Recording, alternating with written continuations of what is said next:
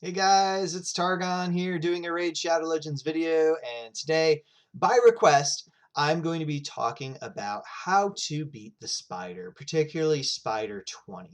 Um, so, Early on in Spider, the strategy is you just kind of nuke down the spiderlings so that way the Spider Queen can't heal herself. Um, and so, like a drop defense and a AoE nuke can kind of clear that out. But once you start getting to the later levels, that starts getting much more difficult and eventually becomes impossible. So what you're going to want to do is come up with a strategy where you don't have to take out the spiderlings. So I'm going to show you three strategies that I've used. There's sort of some other variations of it, but there's three strategies I've used that I'll use to beat the spider. Two of them are pretty quick. One of them's a little bit longer, but much easier to build. So the first two I'm going to show you are fairly champion specific. Um, so don't be disheartened if you don't have the champions for this. There's one at the end that I will show you that can be done. It just takes a little bit longer.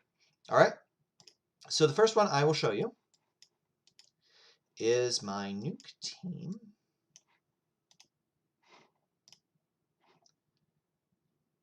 And all right. So the key with this team is we've got Fane going first. She's going to put decrease defense and weaken up. Hopefully, every once in a while it won't go.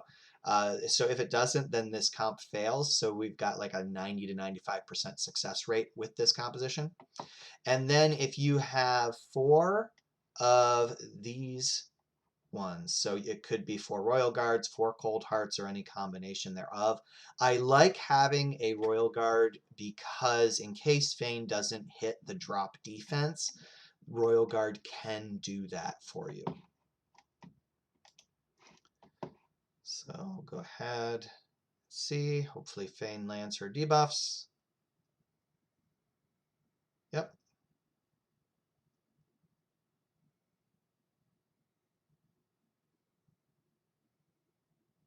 And we're done. So that's the beauty of this composition is it's super quick. The best time I've had with it is 12 seconds. You're just because there's a drop defense and the weaken, the nukes from these guys do so much more because these guys do their damage based on enemy max HP. You could probably explore using Arminger in this composition as well because he has an enemy max HP, or if you have someone like Septimus, they all have enemy max HP based skills, which can be very helpful. And so I'll go over everybody's stats at the end. Let's go ahead and I'll show you the HP burn composition. And so there's a couple different ways of doing this.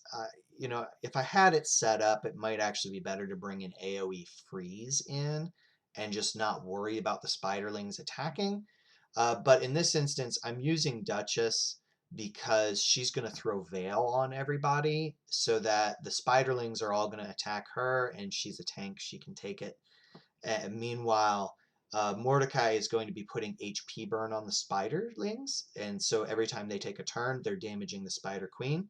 Coldheart's main job is to bring down the turn meter, but she's also doing damage, so it goes a little faster.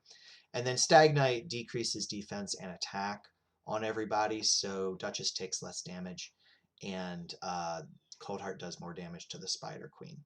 Now, if you don't have Coldheart built, you could use like Arminger again to drop the turn meter, or some other champion that drops turn meter. If you don't have Duchess, any other defense-based champion that has a Veil that they can put on everyone, like Tatura. Where's Tatura? So Tatura does this. That would work. Also, you could use a defense or like a really quality defense or HP champion like Razin, who's Force Affinity. So you'd want someone Force Affinity so all the spiderlings attack them. However, You just have to make sure Mordecai has a good amount of defense and HP so that the spiderlings, you'd want Mordecai with more HP than your tank, so that way the spiderlings don't target him, because they'll target the person with the most health, who's a weak affinity. All right, so I'll just show you this composition. And this is usually relatively quick, and this is one of the compositions that you can actually take and use at later levels. But it is somewhat champion specific, right? So you need AoE HP burn. I think Mordecai is probably the best AoE HP burn for this, just because he doesn't attack. So his attack doesn't do damage, therefore he can't get weak hits, and therefore he's always going to land it. So he's weak affinity here.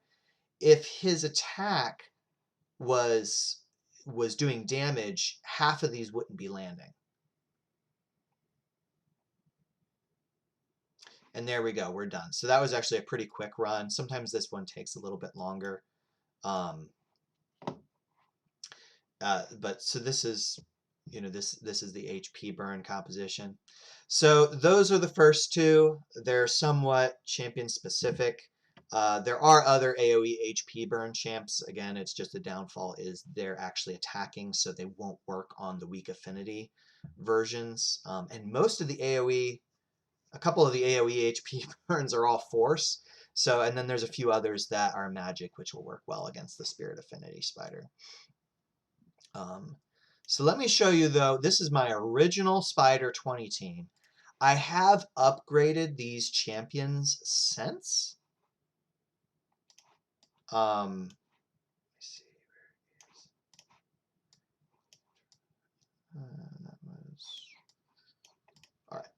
So I have upgraded these guys since, so when I show you the stats, don't think like, oh no, I can't do it. This composition works, and you could sub out Kantra for a epic force defense champion, such as Sepulcher, or Rearguard Sergeant maybe. You'd just want to turn off her her ally protect, so she's not taking extra damage. So really any force affinity champion that's got good defense and health as their base. So the idea here is similar to how Duchess was getting attacked under Perfect Veil, but just now they're all going to attack Kantra. Sill of the Drakes is in there because her A1 drops turn meter, and her heal / revive is going to help keep Kantra alive. So that way none of the other parts of this comp drop. Coldheart, again, is in there to drop the turn meter. Now, again, you could probably swap her for Arminger. And potentially for this comp, Arminger might actually work better because he cycles through his nuke a little bit faster. And he drops turn meter on his A1, so he'd be constantly dropping it. Miscreated Monster is a really great champion for this stage specifically because he's putting out these huge shields when he hits the spiderlings. You'll see it, and that's going to help keep Kantra alive. He can also do ally protect, and then Stag Knight is in to drop the attack and defense on everyone, so the Spider Queen takes more damage, and the spiderlings don't do as much. So we'll go ahead, and this one takes a little bit longer, but it can go full auto. And again, you can use someone like Sepulcher Sentinel. I like Kantra for this, so if you have her, she's really, really good for this just because of some of her, like her passive skill where she's able to place all her debuffs even on a weak hit. So that gets all these debuffs on everybody, makes it a little bit easier. And she also heals. So you'll see she keeps healing. Like whenever a champ, I forget how many debuffs they have. I think they have to have like 5 or so, or maybe it's 3. Whenever she's getting hit by someone under, oh no, it's if she gets hit by someone with a debuff that she placed on them, then she heals. So they just keep attacking her and she's healing. So everything's about keeping her alive. And you see Coldheart's drop in the turn meter. I did put Evil Eye on everyone, so that way on the A1s they're dropping turn meter. Now the Spider Queen, I think, is probably going to get a turn here. Usually she will with this comp. You can try variations where you have more drop turn meter. Oh, Coldheart did her thing, so that's good. That's good. And you could even try going with something like a either Relentless or you probably better yet Reflex on Coldheart would be really good for this particular composition because that way she can cycle through her nuke faster and do more turn meter droppage. But yeah, Spider Queen's probably going to get a turn here unless Syl can... No. Yeah, Syl's turn meter drop is not 100%. So we're at the 2-minute mark. So this is a lot shorter, but she's not going to get another turn. So the queen should be going down here in another minute. So it's, you know, it's like a 3-minute comp. You know, maybe if you're not doing quite as much damage, you know, it might take a little bit longer than that. I think when I originally did this, it was like a 4-minute run.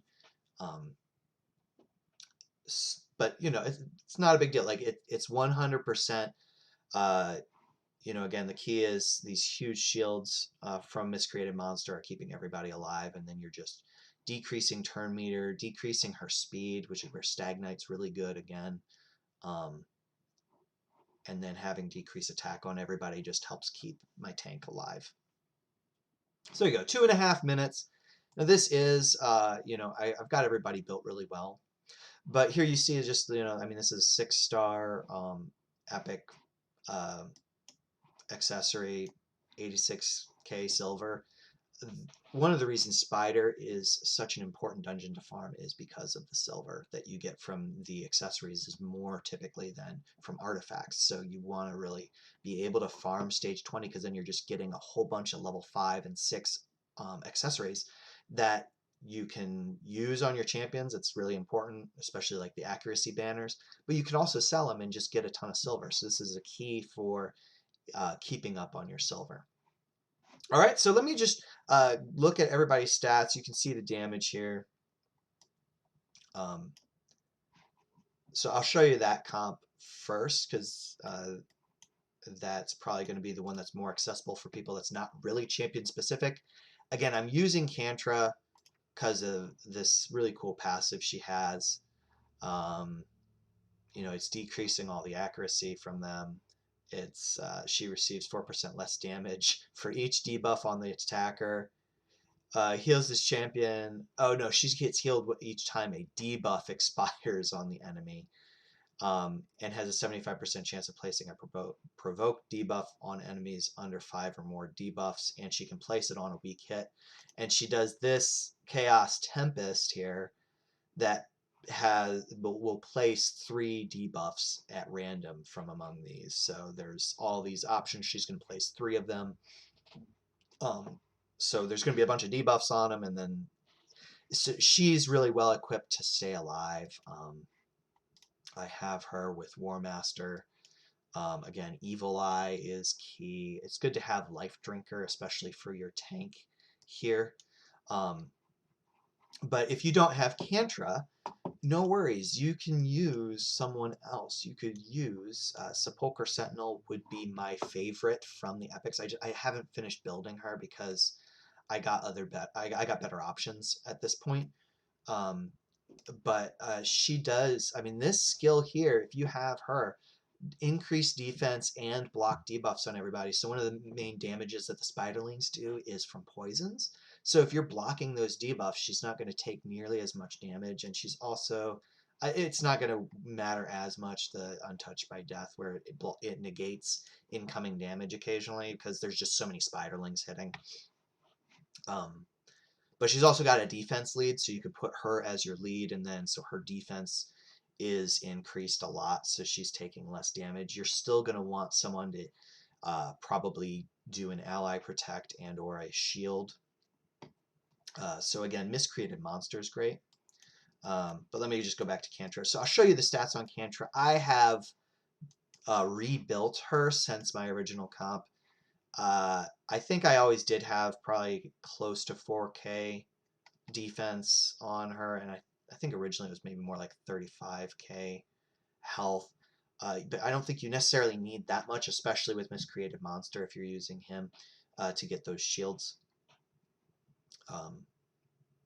But you want to have them lot of defense, a lot of health. If you can have a bunch of resist, probably even more than this, then they're going to resist the poisons, which is a nice option as well. Again, with that comp, Syl is in there just to drop turn meter.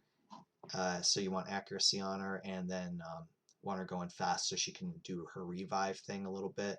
Also helps with her stun ability on the spiderlings. Let's see, who else was I using? Stag Knight's another one that I've upgraded significantly. I think originally like I had his speed closer to like 180, probably around this level of defense, but that's not really gonna matter if as long as you have somebody else tanking the damage. Really, the big thing is having accuracy. And again, for dungeons, you want your accuracy to be equal to the dungeon level times 10. So for level 20, 200 accuracy is good. I use Stag Knight for a lot of other stuff, so I need more. And he doesn't have to have 200 speed. You can get by with less. Let's see. So we had Stag Knight. Where's Coldheart? So Coldheart I used in all of these comps. I think you need her at like 170-ish speed in order for her to go before the Spider Queen. You need accuracy on her in order to land the turn meter decrease. And then crit damage is probably the big thing. For her nuke, she has a 30% increased crit rate on her nuke, so you can go with as low as 70% crit rate. And attack isn't as key on her. It's probably better to have a little bit more health in case she does get targeted eventually. For masteries, you want Flawless Execution because that's increasing her crit damage that much more. I went with Evil Eye again, just so that way she can drop the turn meter. And then it was just things that increase her damage. I put Life Drinker on in case she does take damage, that way she can heal. But the big thing is her nuke here. Drops turn meter by 100%. And damage is based on enemy max HP. So that's kind of the key, right? For all these other champions that we would use in her place. You want to look for that. And then Miscreated Monster is here. And he's actually one that I haven't changed his build a ton. I use him in a shield set just for Faction Wars, and I haven't really upgraded his build much since the original comp. I've upgraded his speed a little bit, I think is the only thing. So you don't need that level of speed. Really, the big thing is having health. If you want to get really big shields, go ahead and max out his crit rate, so that way he's doing critical on everybody. Then you're getting shields that are like huge. And if you want to really make things easy on yourself and make this, like if you're struggling to get 100% with this comp, you could have him go fastest, because that way nobody's ever going to run out of the shield, because it's a 3-turn cooldown and when you book it, and the shield is on for 3 turns. Obviously, if the spiderlings are doing enough damage to your tank, those will wear down. But so that could be an interesting option, is just have him go first. And that way everybody's got the shield. He also does his ally protection for 3 turns, which is really helpful. So that's going to help minimize how much damage your tank is taking. So that's for that composition. For the the HP burn, really you'd want to have you need accuracy on your HP burn champion. And then it's kind of the same as the strategy for that last comp I showed you, where you're having somebody tank the damage and then you're just dropping the turn meter. It just goes faster by having the HP burn in there, so you don't need to worry as much about, what do I do if my tank drops or something like that. And then for the nuke team, I have one Royal Guard built as a hybrid where I put accuracy on him. I'm probably going to rebuild him a little bit, but it's good to have some accuracy just in case Fane doesn't land her decrease defense. If you have Royal Guard go next, then there's a chance for him to apply it here. So that's why I like having at least one Royal Guard on the team with some accuracy. But then again, he's got this enemy max HP skill. His skill, I think, does scale a little bit higher from attack, so you do want to pay attention to his attack more so than with Cold Heart, from what I found. You are going to need 100% crit rate on him, and ideally you want a little bit higher crit damage. Again, for this one, I use him more in some other comps where it's kind of nice having War Master instead. But for Spider, ideally you just want to have flawless execution on him. This is one I built specifically for this comp, for the nuke comp I showed you. And so I really went all out with his attack, maximized his crit damage a bit more. I didn't worry about the accuracy.